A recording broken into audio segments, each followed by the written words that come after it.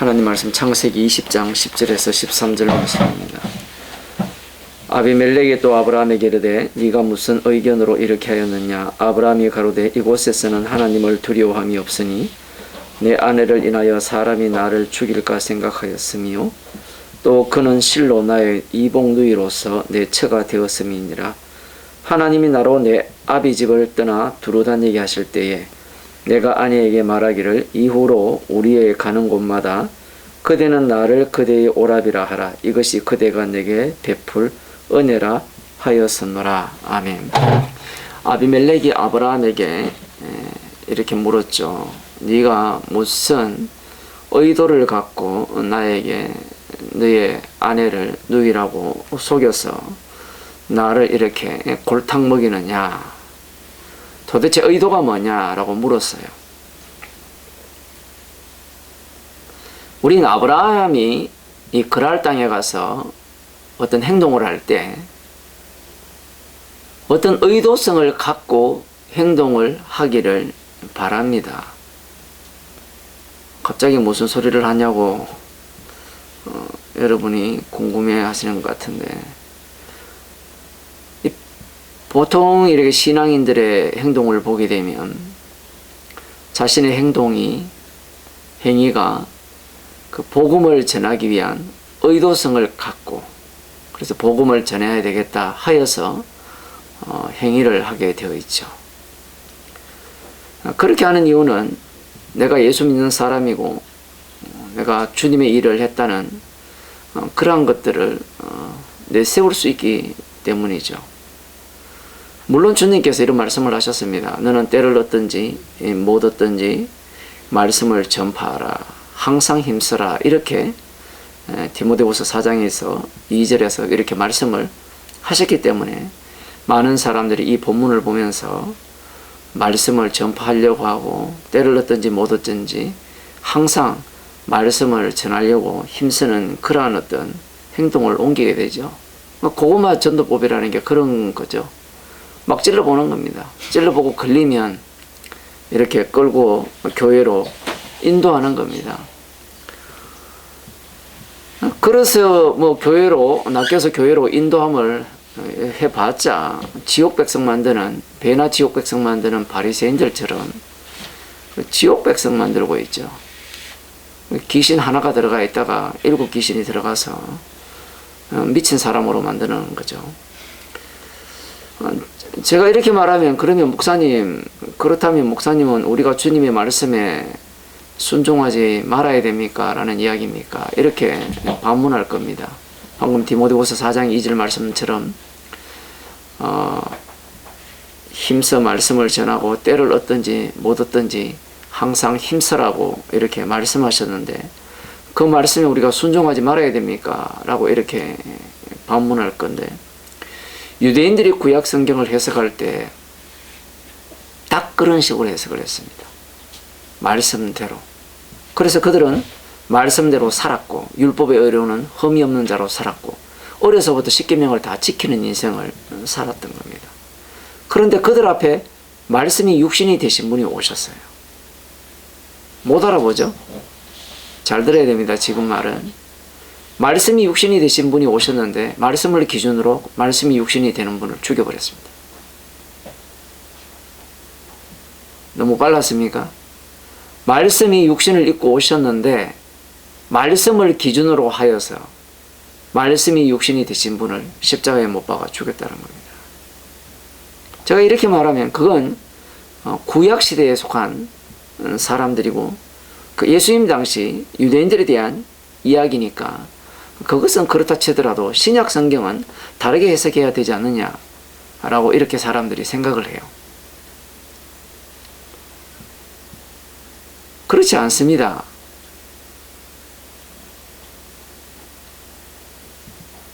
신약 성경도 구약 성경도 예수님이 이렇게 말씀하셨죠. 너희가 성경에서 영생을 얻는 줄 알고 성경을 상고하거니와, 이렇게 말씀하신 것은 유대인들에게만 한 얘기가 아니에요. 예수님을 믿는다고 하는 모든 사람들에게 하는 이야기입니다. 성경을 읽는 모든 사람들이죠. 그런데 예수님이 성경은 내게 대해서 전한다고 말씀하셨거든요. 그렇다면 이 디모데후서 4장 2절도 예수님 소개하고 있거든요. 이 4장 2절 말씀을 아브라함에게 한번 적용해 봅시다. 아브라함이 뭘 힘썼습니까? 그랄 지방으로 옮겨간 것은 이유가 나와 있지 않아요. 복음 전하려고 옮겨갔습니까? 언약을 믿었기 때문에 야, 여기 헤브론에 있어서는 헤브론에 한 20년 살았거든요.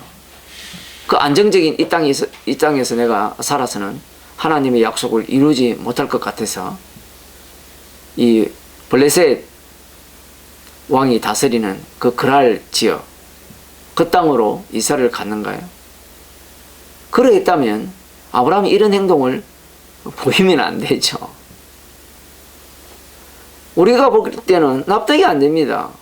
그러면 이 디모데후서 4장 2절 말씀이 아브라함에게는 해당 사항이 없습니까?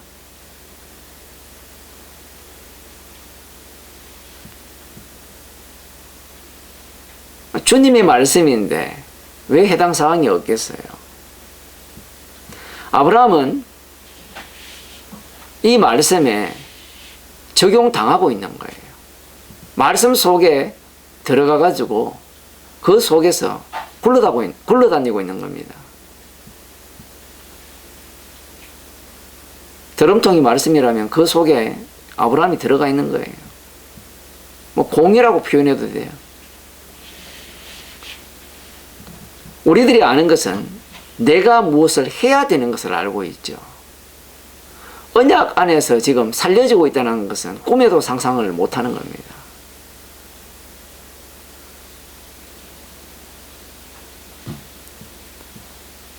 우리가 보기에는 이 아브라함의 처신이 복음을 전하는 처신이 아니죠. 자기가 살기 위해서 아내를 누이라고 이렇게 속인 거죠. 그 변명함 들어보세요. 원래 이복 누이다 이렇게 이야기를 하죠. 그러면서 하는 말이 어떤 이야기를 합니까? 여호와 하나님께서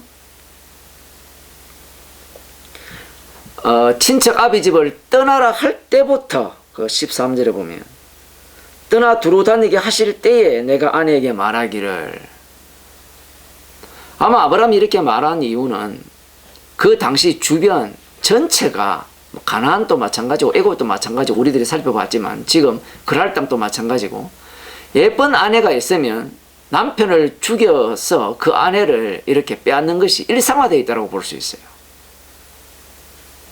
그러니까 아브라함은 아내를 버리지는 못해요. 버리지는 못하고 데리고 다니면서 활용 가치가 굉장히 높은 거예요. 꼭 누구 닮았어요? 손짓 안 해도 돼요. 활용 가치가 확실한 겁니다. 그런데 여기에서 우리가 주목할 수 있는 게 무엇인가 하면요, 아브라함이 이 생각이 옛날 생각이잖아요. 처음 출발할 때. 그런데 하나님의 약속을 받고 언약까지 세웠잖아요. 그러면 이 시간이 흐르면서 아브라함의 이 옛날 생각, 구습이라고 볼 수 있죠. 왜냐하면 자기의 이 필살기라고 할까요? 자기가 살 수 있는 유일한 이 비법을 데리고 다니는 겁니다. 항상. 그럼 이것이 처음 출발할 때의 사고방식이었다면 지금쯤은 이것이 사라져야 되지 않을까요? 만일에 오늘날 이 성경을 읽고 오늘 설교를 듣는 사람들이 여자분들이라면 나는 아브라함 같은 남자랑 결혼 안 할 거라 이야기할 거예요. 미쳤어요. 아브라함과 결혼하게요. 내가 아브라함 먹여 살리려고 내가 결혼한 거 아니잖아요. 아브라함이 믿음의 조상. 믿음의 조상이고 모시고 가네. 지 살려고 나를 죽음의 사지로 몰아넣는데 그런 남자랑 나 결혼 안 할래요. 이렇게 얘기할 겁니다. 근데 여기에 이 사라를 보게 되면 이전에도 한번 살펴봤지만 그냥 순종이에요. 아브라함이 지금 이 그랄 땅에 가서 복음을 전하고 있어요. 복음을 전하고 있는데 그 전하는 모습이 그야말로 요즘 말로는 헐입니다. 헐.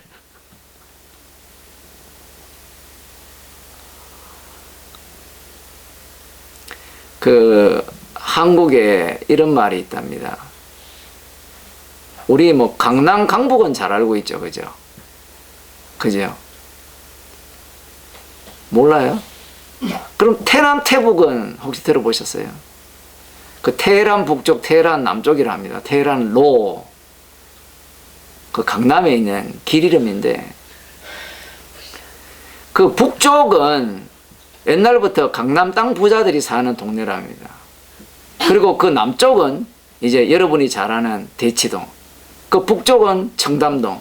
그 차이가 뭐냐라고 하면, 남쪽은 공부를 열심히 해서 이렇게 좀 지식적으로 이 상위 계층에 올라간 자들이죠. 그 옛날로 말하면 사제계층들이죠. 제사장 계층들. 그 지식 계층들이고. 저 북쪽은 어떤 계층들인가 하면 자본가들이에요. 그 돈을 많이 가진 자들. 뭐 옛날로 말하면 상인들이죠. 상인 귀족들입니다. 표현을 하자면.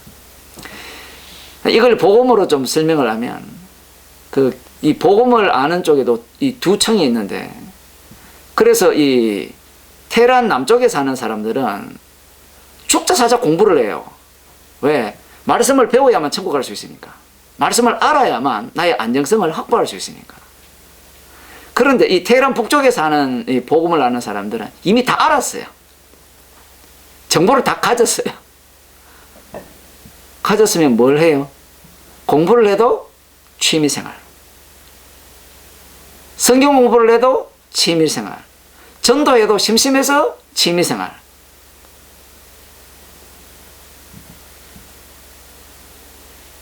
이 테헤란 남쪽에 있는 사람들은 죽자사자 자기가 공부를 해요. 그 주의 일을 자기가 다 하려고 해요. 그것도 취미생활. 그런데 아브라함은 내몰렸습니다. 테헤란 북쪽도 아니고 테남도 아니에요. 언약의 사람으로서 이 언약의 사람이 어떠함을 증거하는 자로서 지금 아브라함은 지금 자신의 아내를 누이라 속였어. 평소대로 그냥 그 환경 속에서 자기의 모습을 그대로 노출하는 겁니다. 주님은 그렇게 노출하는 가운데서 이 주님을 증거하고 있다는 사실입니다. 여기에서 우리들이 또 한 가지 생각해야 되는 것은, 이 복음 전파라는 것은 우리는 구원만 생각하고 있잖아요. 아니에요. 복음 전파라는 것은 잘라내는 것도 포함하고 있습니다. 지옥 보내는 것도 포함하고 있어요. 지금 아브라함을 통해 이 그랄 왕 아비멜렉 이쪽 동네는 절대로 이 언약 안으로 들어올 수 없는 자로 지금 규명하시는 거예요. 지금 이 얘기를 그랄 왕 아비멜렉이 들었어요. 아브라함 이야기를. 아니, 아브라함이 믿는 하나님이 꿈에 현명 나타나셔가지고 너 죽인다. 아브라함이 너를 위해서 기도하지 않고 예를 들어 네가 사라를 돌려보지 않으면 죽인다 라고 말씀을 하셨을 때 아브라함의 어떤 삶의 태도가 굉장히 진지했을 거라고 예상했을 겁니다.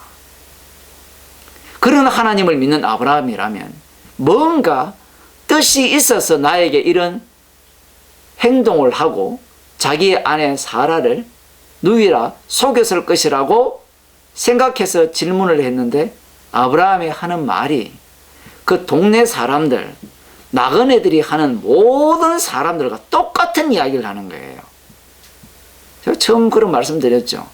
예쁜 아내 있으면 자기 살기 위해서 아내를 누이라 속이는 이런 일들은 비일비재했던 겁니다. 속으로 무슨 말 했을까요? 뒤에 보면 그냥 자기 정리하고 우리 여기에서 거리 두면서 그냥 잘 살자 이렇게 끝내거든요. 아마 성경에는 나오지 않지만요. 피시 이렇게 했을 겁니다. 비웃을 겁니다. 왜 그래요? 그랄 왕 아비멜렉이 믿는 신은요, 그런 식으로 안 믿어요. 대충 안 믿는단 말입니다. 정성을 다해서 믿어요. 절간에 가서 절하는 사람들 정성을 한번 보세요. 뭐 며칠 있으면 입시 시험을 친다는데, 절간에 가서 새벽마다, 그 우리 동네 가면 갓바위 절이 있는데, 그 새벽마다 올라가서 절을 하잖아요. 정성이 대단하잖아요. 근데 아브라함 어때요? 정성이고 자시고 살고 보자. 그런데 놀랍게도 그 언약의 사람이기 때문에 그 언약의 사람에 의해서 언약의 의미가 이 그랄 땅에 전파된다라는 사실입니다. 복음은 내가 전하는 게 아니에요. 복음은 새 언약 속에 들어온 자가 주께서 살리시는 대로, 이 백부장의 믿음처럼 가라 하면 가고 오라 하면 온다라는 표현을 했지만, 사실은 가라 하면 시키는 대로 하겠습니다 이런 이야기가 아니고, 가라 하면 어쩌겠어요. 아브라함처럼 가야죠. 거기서 아내를 누이라 속이라 하면 속여야죠. 그런 중에 주님의 십자가 복음은 전파된다는 사실입니다. 그 속에서 성도는 십자가의 사랑의 은혜를 알게 되고, 십자가에서 완성하신 그분이 친히 자기 이름을 정하고 계심을 확인하는 자리가 되는 겁니다. 기도하겠습니다. 하나님 아버지,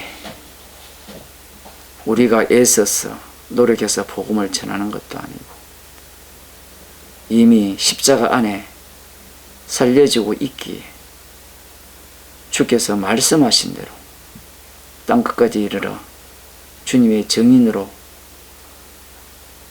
살아가게 하시고 드러나게 하신다는 사실을, 주께서 일하시는 정말 오묘하고 희한한 방식을 통해서 우리에게 알려주심을 감사드립니다. 우리의 인생이 십자가의 피공로를 자랑하는 인생이 되게 도와주시고, 어떠한 형편과 환경에 들어가더라도 주의 이름을 위한 십자가의 피공로를 자랑케 하기 위한 주님의 보내심이요 인도하심임을 저희들이 확인하며 감사하는 주의 백성이 되게 없소서. 예수님 이름으로 기도드리옵나이다.